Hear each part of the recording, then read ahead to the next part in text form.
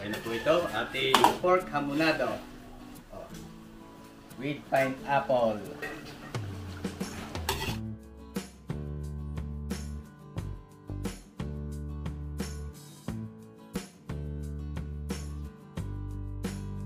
Yan ang ating tagabantay ng inihaw at baka madali rin ni Bantay.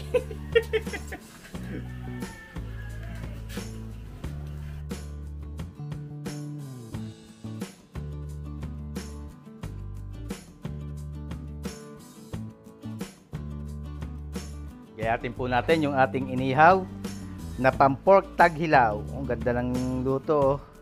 Juicy. Gayatin lang po natin ng pahaba.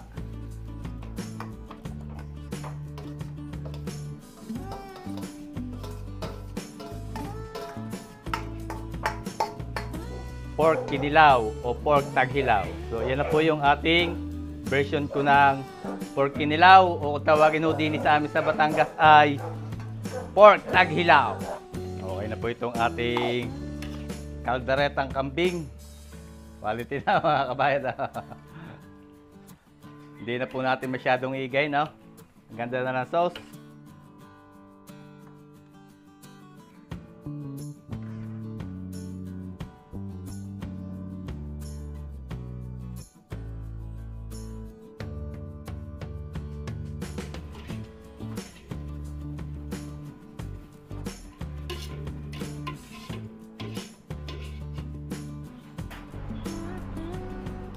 Lapot na lang sauce.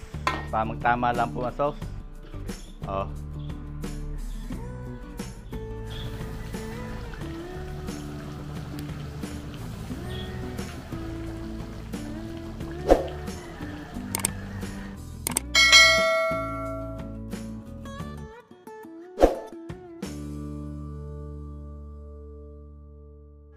Magandang araw po ulit mga kabayan, at ngayon po ay alas 4 ng madaling araw at nandito po ulit tayo sa pamilihang bayan ng Padre Garcia, Batangas, at bibili po tayo ng ating mga kailangang lutuin at magluluto po tayo ng 4 na klaseng putahe.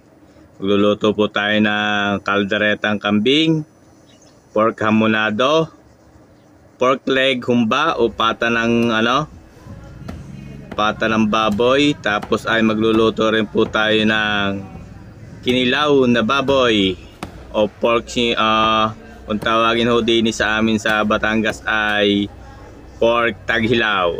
Atin na nga po yung ipapagayat.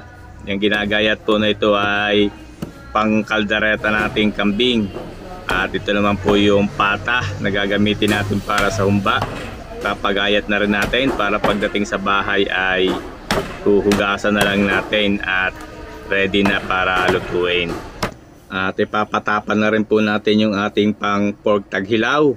Atin pong papatapan ng medyo makapal at para madaling iihaw. Yan, ganyan kalalaki po ang pinagawa nating gayat para madali siyang iihaw, at gagamitin po natin yan sa ating pork kilawin o pork taghilaw. Nandito na nga po tayo sa bahay at atin na ang inaasikaso yung ating mga lulutuin. Hinuhugasan na po natin yung mga karne para siguradong malinis yung ating mga lulutuin.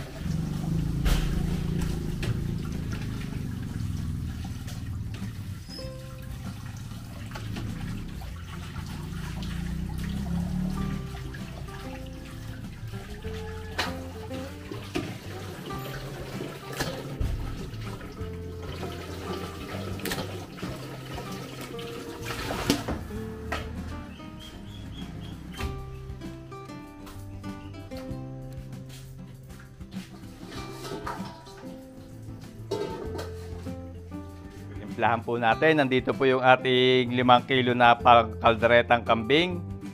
Ito yung ating kasim na gagawin nating pork kilawin.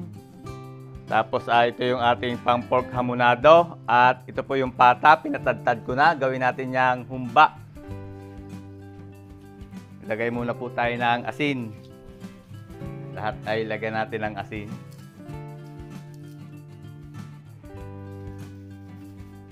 Tapos ay paminta. Paminta dito sa ating pangkaldereta. dito sa ating pangkilawin at iihaw po natin to dito sa ating panghamonado. Tapos lagyan din natin ng pamintang durog tong ating panghumba. Mamaya natin lalagyan ng pamintang buo. Ilagay po tayo ng kalamansi, katas ng kalamansi dito sa ating pangkilawin. Tapos ay toyo. Toyo din dito sa ating pangkaldereta. Toyo dito sa ating panghamonado at sa ating panghumba. Dagdagan natin ng konti. Yan.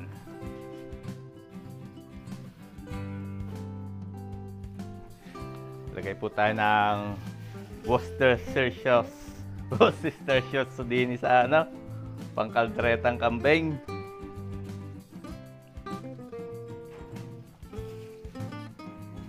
Tapos lalagyan natin ng pickles.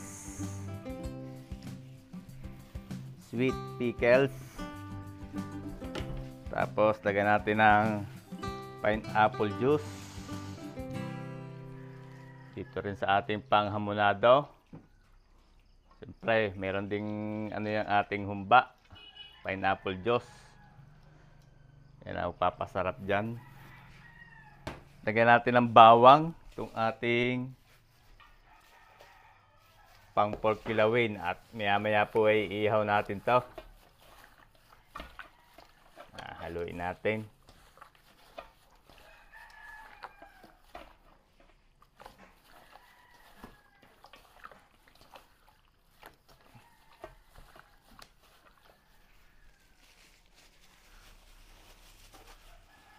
Lagay po tayo ng brown sugar sa ating panghamonado at sa ating panghumba.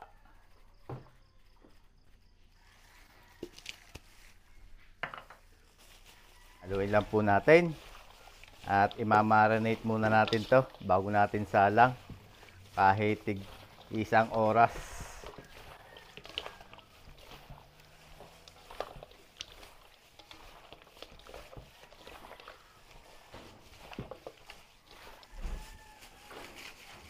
Haluin din po natin yung humba at yung ating panghamonado.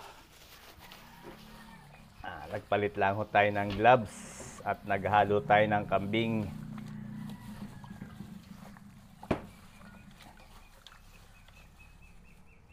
Tapos ito namang ating panghumba. Mamaya na po natin to lalagyan ng ating aromatics. Pagka sinalang na natin, mamarinate muna natin sa basic na recado. Okay. Okay na, ito na ho yung ating pang-pork kilawin. Mamaya iihaw natin. Ito yung ating pang-pork hamonado. Ito yung ating panghumba, pata. At ito yung ating pangkalderetang kambing.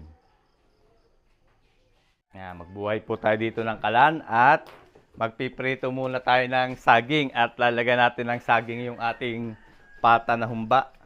So ipiprito po muna natin. Iinit tayo dyan ng mantika.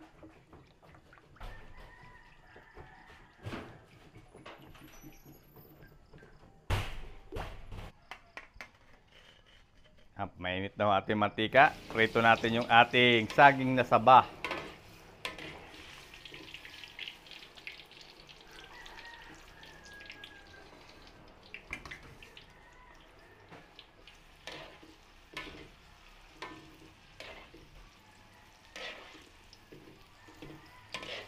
Okay na itong ating saging. Hanguin na natin. At ilagay natin sa strainer.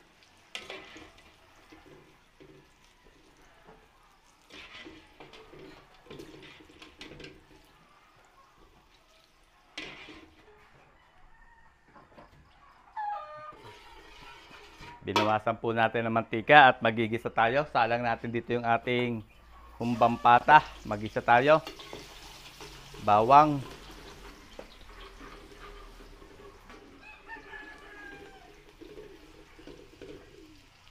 Sibuyas.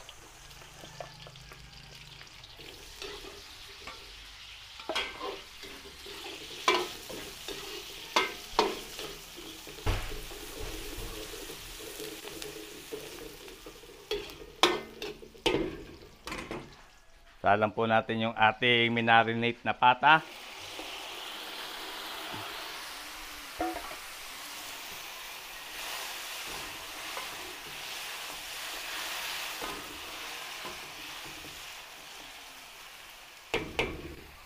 Alagyan natin ang aromatics. Lalagay po tayo ng star anise. Mga 4 na peraso at masama naman nung pagka napadami ito. Tapos ay maglalagay din tayo ng dahon ng laurel.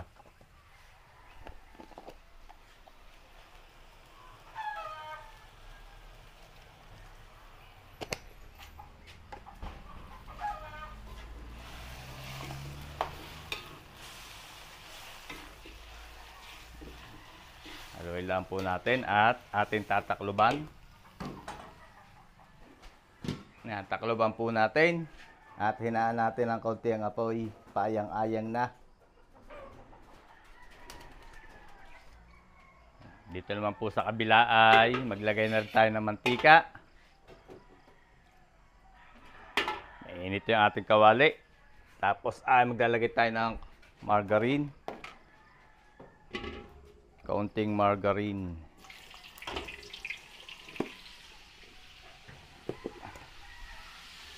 Gigisa po tayo ng bawang. At isasalang natin dito yung ating kalderetang kambing.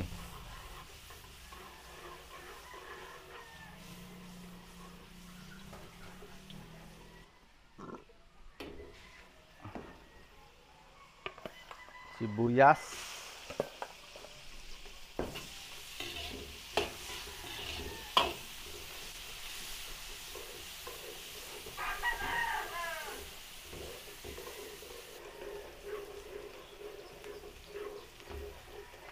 Okay, pag mabango na yung ating panggisa, lagay tayo ng tomato sauce.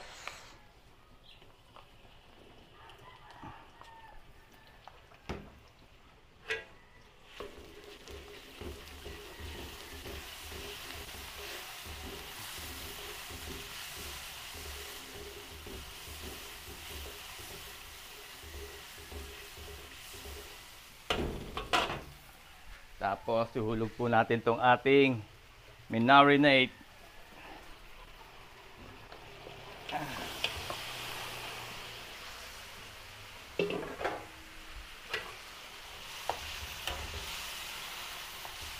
Haluin lang po natin maigi.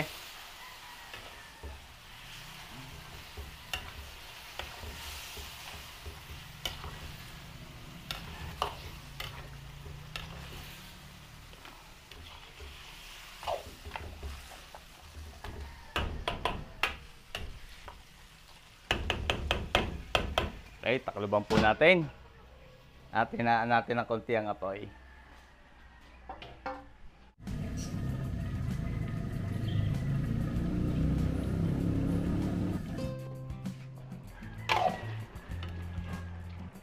Haluin po natin para mapantay natin ang pagpapalambot.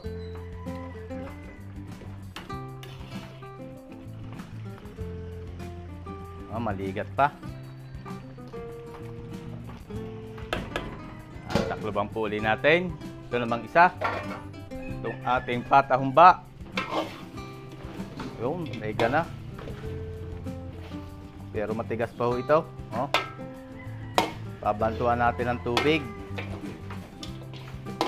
Para ma-achieve natin yung gusto nating lambot. Tubigan po natin at yan na may higa uli. Magiging ganyan ulit tsura niyan. Basta mapalambot muna natin ng ayos. Kailangan malambot yan. Di masarap pagka matigas ang ating pata. Okay, takluban po uli natin. Palambutin natin ng ayos.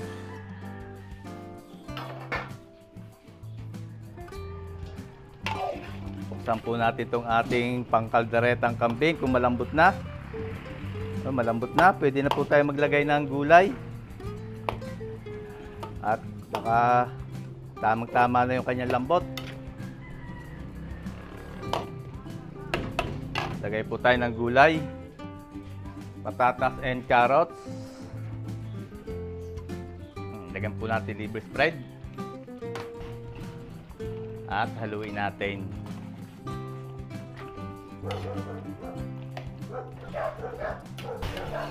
Okay, tatakloban po uli natin at palalambutin natin yung ating gulay, yung patatas at carrots.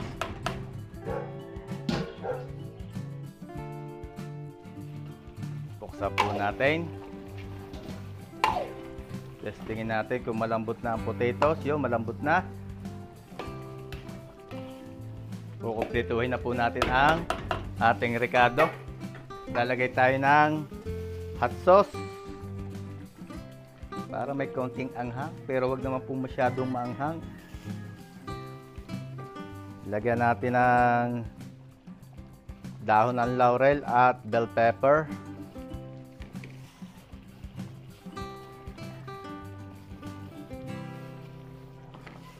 Lagyan po natin ng keso para cheesy. Cheesy kalderetang kambing.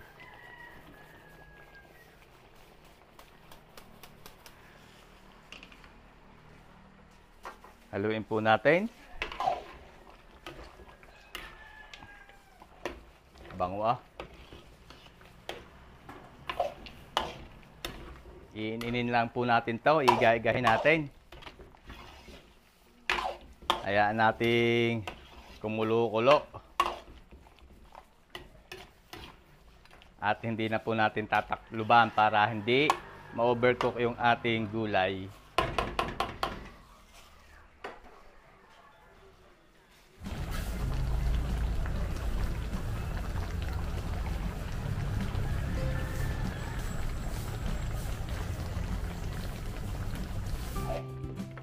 Okay na po itong ating kalderetang kambing. Quality na mga kabayan.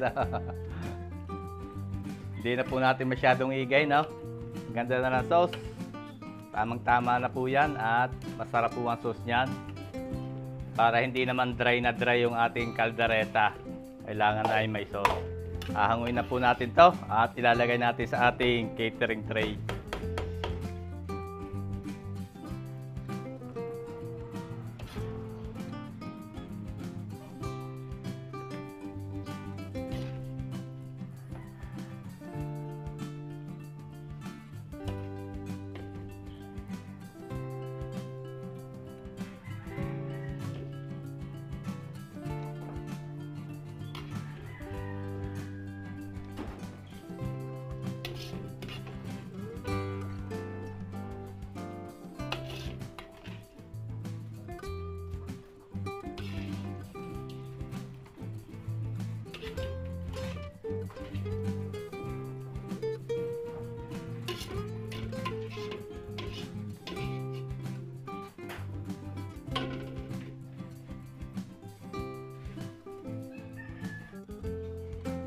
Dito naman po tayo sa ating patahumba. Ay, malambot na. Oh, tingnan nyo, tatanggal na ang butaw.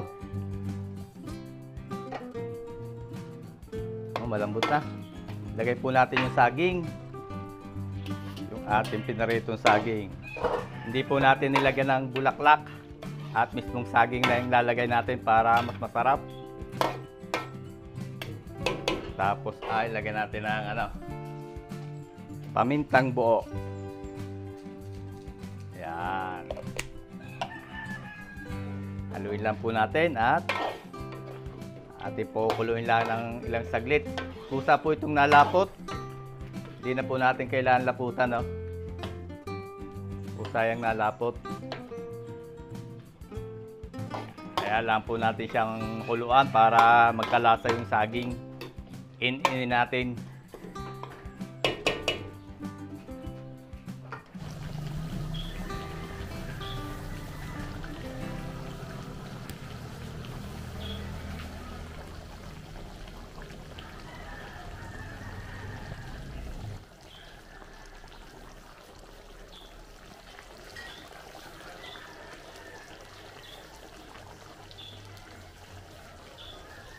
Okay na po itong ating humba, oh.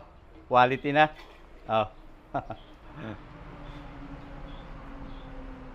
Ang lapot na ng sauce. Tamang-tama lang po ang sauce. Oh. Humbang pata, hanguin na po natin.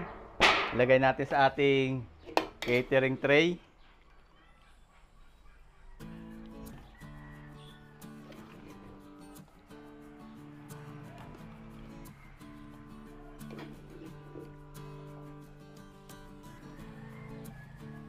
Tsura pa lang yan eh.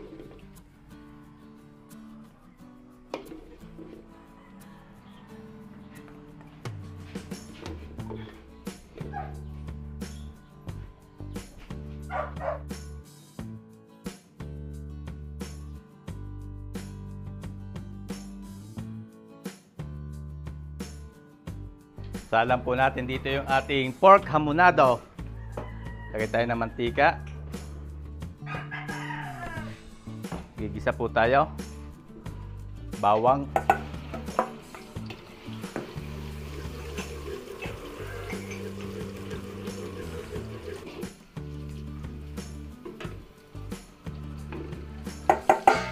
Sibuyas.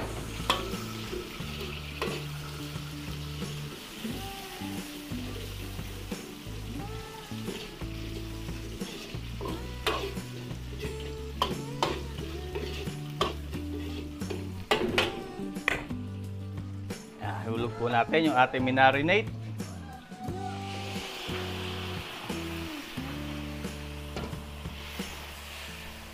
Malalaki po ang gayat niyan at mamaya natin liliitan. Palambutin muna natin. Tapos takalubang po natin para mabilis lumambot at hihinaan natin ng konti ang apoy.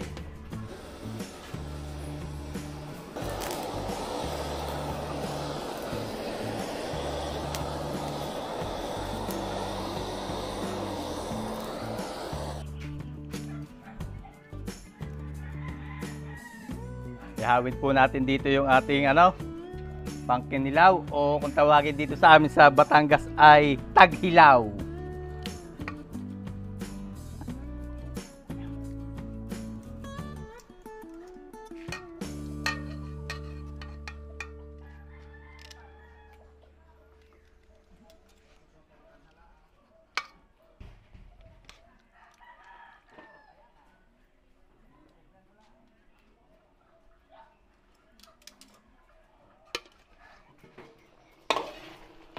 Buksan po natin itong ating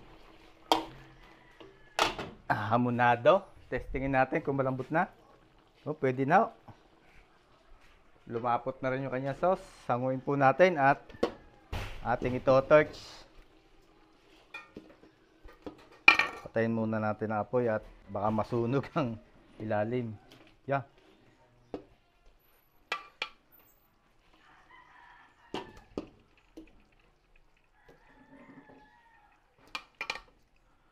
Ating pong ito-torch to para meron siyang smoky flavor.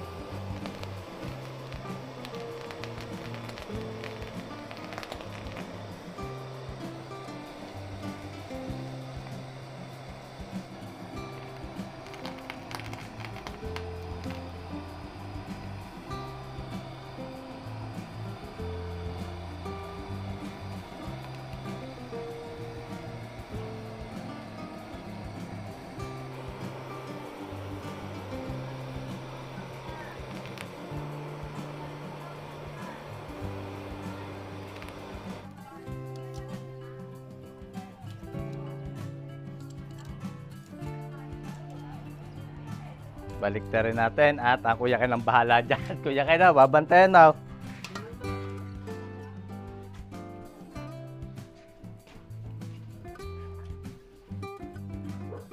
Gayatin po natin yung ating pang pork hamonado. Gayatin natin ng ganyan, no? Palapad. At mamaya po babalik natin to sa sauce. Tapos lalagyan natin ng pinya.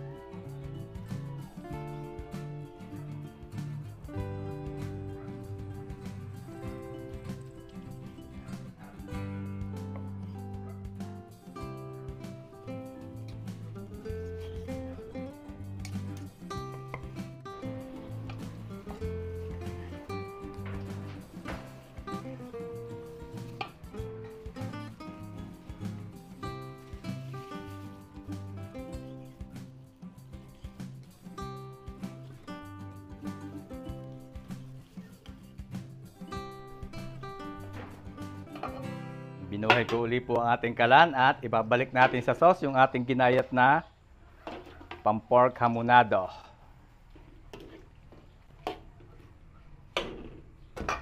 Lagyan po natin ng pinya kasama yung syrup. Ayan. 2 lata.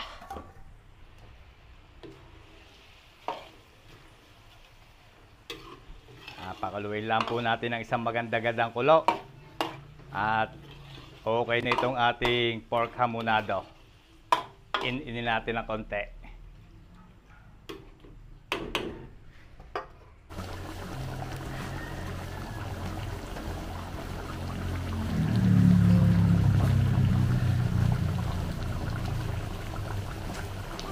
Okay na po ito, ating pork hamonado with pineapple. Hanguin na po natin, patayin natin ang apoy at hanguin na natin, lagay natin dito sa ating catering tray.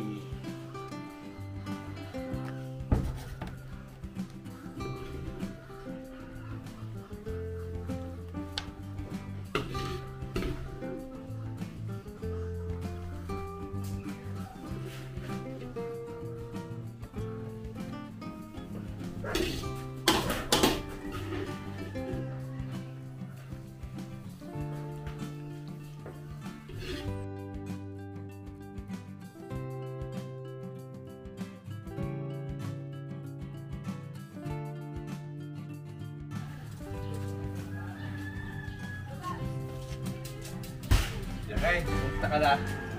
Wala nangyari.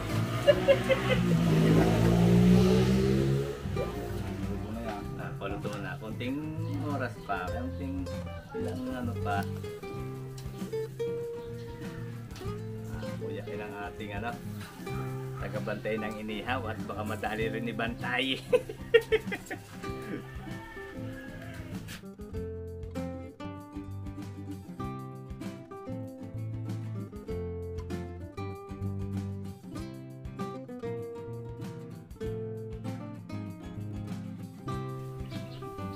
Ito mga kabayan, no? Ganda na ng ihaw. Panguhin na natin yung iba at baka ma-overcook. No? Mawawala ang pagka-juicy. Pwede na po yan. Para magayat na natin.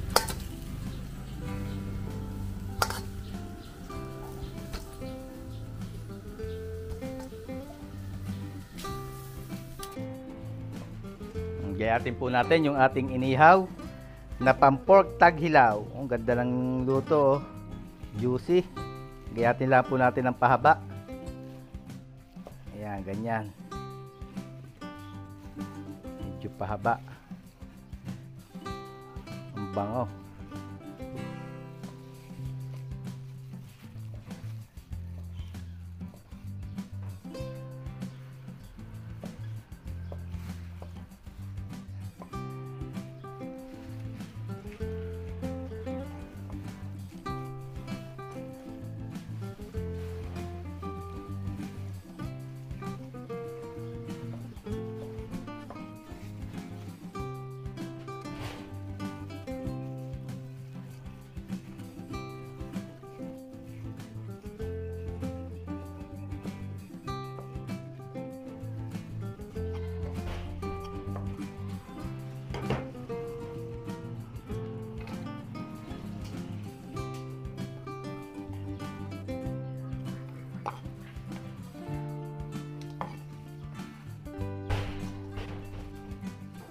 So nandito na mga kabayan yung ating pampork taghilaw. Nagayat na natin at timplahan natin. Lagay tayo ng paminta. Lagay tayo ng siling green o siling haba. Lagay din tayo ng bell pepper. Siling pula. Sibuyas. Lagay din po tayo ng luya. Lagyan natin ng katas ng kalamansi. Lagyan tayo ng konting asin. At lagyan natin ng liquid seasoning. Patakan po natin ang liquid seasoning, pero kukontrol natin at baka umalat itong ating niluluto o ating dish. Lagyan din tayo po ng konting suka. DS po ang ginamit ko. Yan, DS brand. At haluin natin.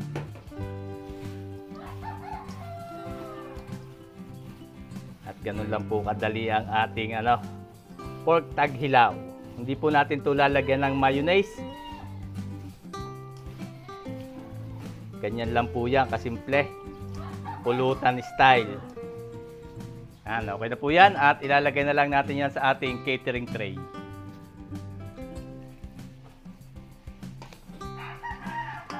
Dali na po natin dito sa ating catering tray.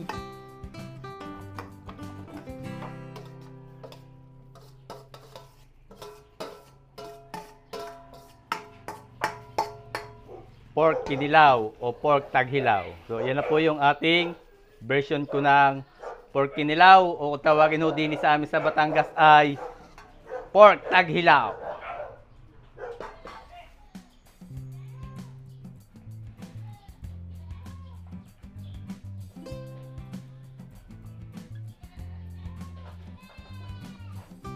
Nandito mga kabayan yung ating mga niluto at marami po uling salamat kay Ma'am Nora Villanueva at siya po ay balikbayan from Vancouver, Canada, from San Jose, Batangas.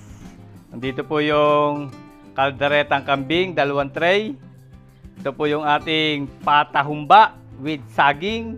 Ito naman po yung ating pork kinilaw o kung tawagin po dito ay pork taghilaw. At ito naman po yung ating pork hamonado. At hihintayin na lang po natin sila ma'am. At yan po ay pipikapin nila ngayong alas 11 ng umaga. At para po yan sa kanilang tanghalian. So abangan nyo rin mga kabayan yung ating susunod na luto at marami pa si ma'am papaluto sa atin. Naka-schedule ulit tayo sa susunod ay 11 putahe yata yun. So marami po uling salamat sa patuloy niyo pagtangkilik sa ating mga video mga kabayan. Ingat po palagi tayong lahat at God bless po sa ating lahat. Sana po ay magkita-kita tayo ulit sa susunod ko pang mga videos.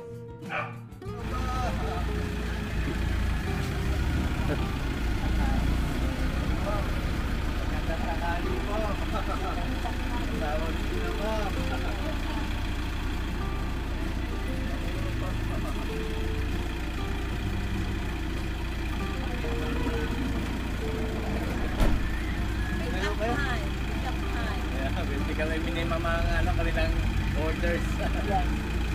At ito po yung pork hamonado. With pineapple, ma'am. Ayan. Yes. Oh my God, that's one person gonna eat. All of them. Yes. Yummy. Thank you so much Pa. for cooking for me. May mga kabayan, pipikapin nila ma'am at nandito ulit si Ma'am Nora, pipikapin nila yung kanilang mga paluto. And also like somebody, classmate of her son, saw the vlog that you did, and everyone knows now. It's so fast. Everyone's saying, oh, we want to see that. Napanood si ma'am, nakita siguro si ma'am ano pa. At tinawag kasi niya yung aking anak, mag-askwela sila. Sabi, pare, parang ito ang iyong ina. Ito na Ruwan. To Saudi Arabia. Sa Saudi siya na doon. Kuya, pasuyo na ako, kakaga natin. Thank you so much. Thank you po. Maraming po salamat. We'll do it again. Oh.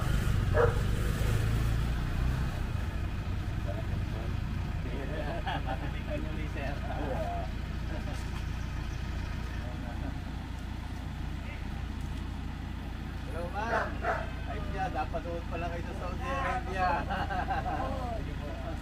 Tinawag sa amin. Sige ma'am, sa Saturday.